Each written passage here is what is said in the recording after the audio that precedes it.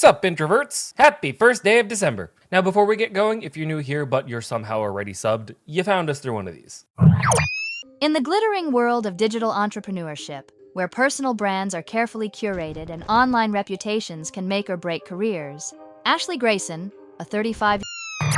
Great! Now, today we're talking about the massive success that was Cenat's Mafiathon 2. Internet sensation Valkyrae may be responding to accounts that clip her out of context with legal means. And as if you needed another reason to worry about when it comes to childcare, this Texas worker is accused of kicking kids over 100 times. All in this, oh, this one's gonna be pretty influencer focused, isn't it? Episode of...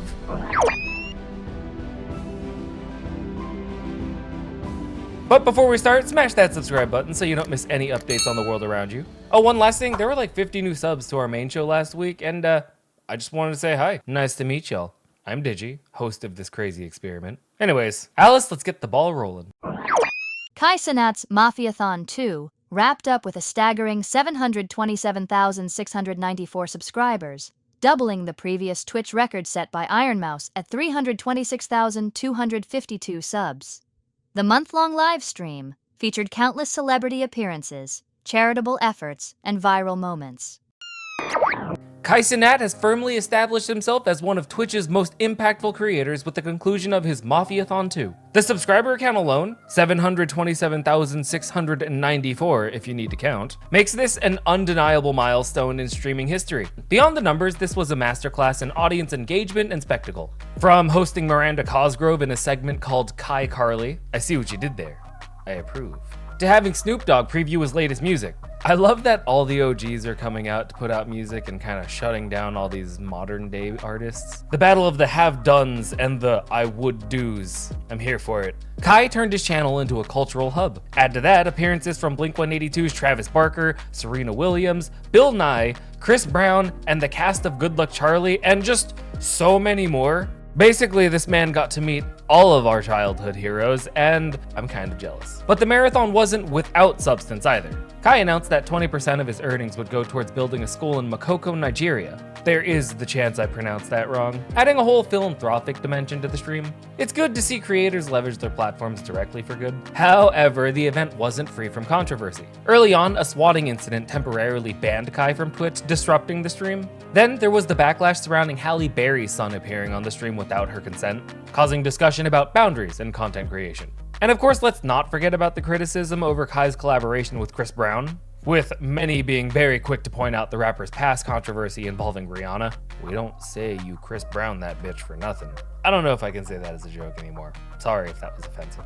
Kai avoided directly addressing the matter, but quietly deleted the social media post announcing the partnership. With Twitch taking a substantial cut of subscription revenue, discussions about the economics of streaming are likely to resurface here. If creators like Kai can generate millions, does Twitch's current model fairly reflect their contribution? And should streamers demand better revenue sharing arrangements? The cultural significance of Mafiathon 2 also lies in its celebrity appeal. The crossover appeal of having so many guests from so many different industries only underscores the growing influence of streamers as media powerhouses. Now the question is, which celebrity got you to turn on that stream? Don't say you didn't watch it. So I just did the math on this, just, to hurt myself. At $5 a subscription. Without donations, this man pulled in $3,638,470. In one stream, he made more money than most of us are going to ever see. Congratulations, homie, but you wanna pay my rent?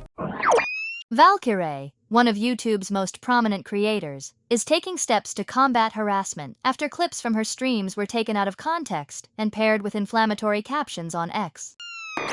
So for weeks now, certain accounts on X have been circulating clips of Valkyrae streams attaching exaggerated and often offensive captions. Yeah, honestly, this has been a thing for much longer than that, let's be honest. Which, as you can guess, has a lot to do with her looks. She revealed that some of these distorted clips came from moments where she shared deeply personal stories, including a non-consensual sexual experience. She shared these experiences in hopes of helping others feel less alone, but instead they were weaponized against her. The result? A torrent of harassment and smear campaigns that misrepresent who she is. On November 30th, Valkyrae updated her fans, announcing she's now consulting a lawyer. While she hasn't confirmed whether legal actions will follow, her move signals a broader shift. Creators like her are beginning to push back against platforms and users that profit from harmful content at their expense. Fans have rallied in support, many encouraging her to target accounts tied to the stake logo over here that have reportedly spread misleading and hateful posts about her.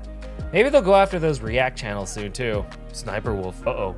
You may be in trouble, Sniper Wolf. While platforms like X have mechanisms, whether you believe they work or not are questionable, such as community notes to combat misinformation, they clearly haven't been enough to prevent this kind of harm. Posts using clickbait captions and harmful language continue to circulate, often gaining thousands of views before any corrective action is even taken. This reactive approach leaves creators to bear the brunt of the damage in the meantime.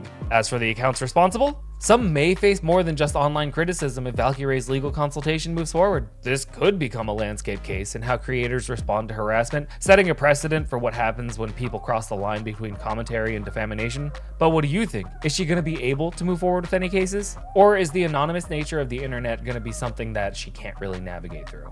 Comments below. A Texas daycare worker, Catherine Guzieka, has been arrested and charged with 6 counts of injury to a child with the intent to cause bodily harm.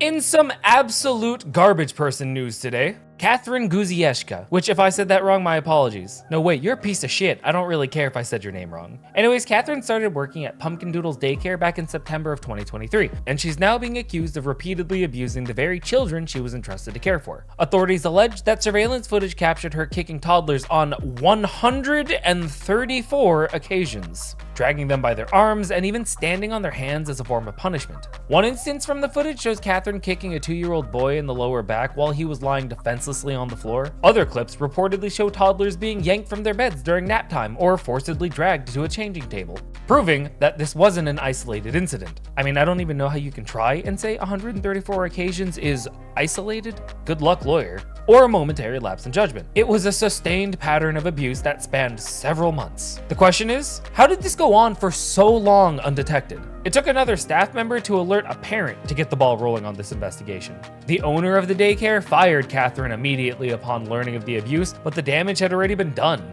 And why wasn't the owner quicker on this? Now, the daycare has been sold to a new owner who plans to rebrand the business, likely an effort to distance itself from the devastating scandal. Yeah, no shit. Catherine's arrest on October 30th brought her actions to light and really makes you wonder about the oversight in childcare facilities. I don't have kids, but it's this kind of shit that makes me worry about when I will. Or might, never know. These children have been harmed during their most formative years, and the long-term psychological effects could be profound. But I'll pass it on to you. How do we prevent these types of people from entering the childcare field? Is there a way, or are we stuck having to find out in the aftermath? Let me know what you think in that good old comment section. I'm gonna keep bringing that up. Well, would you look at that? We've reached the end of the show. If you managed to stick with me to the end, do me a massive favor and hit that like button. Help spread some news. And seeing how it's a work night and it's like 12:30, I'm gonna call it. Still have some thumbnail editing to do before I go to bed. So, bye.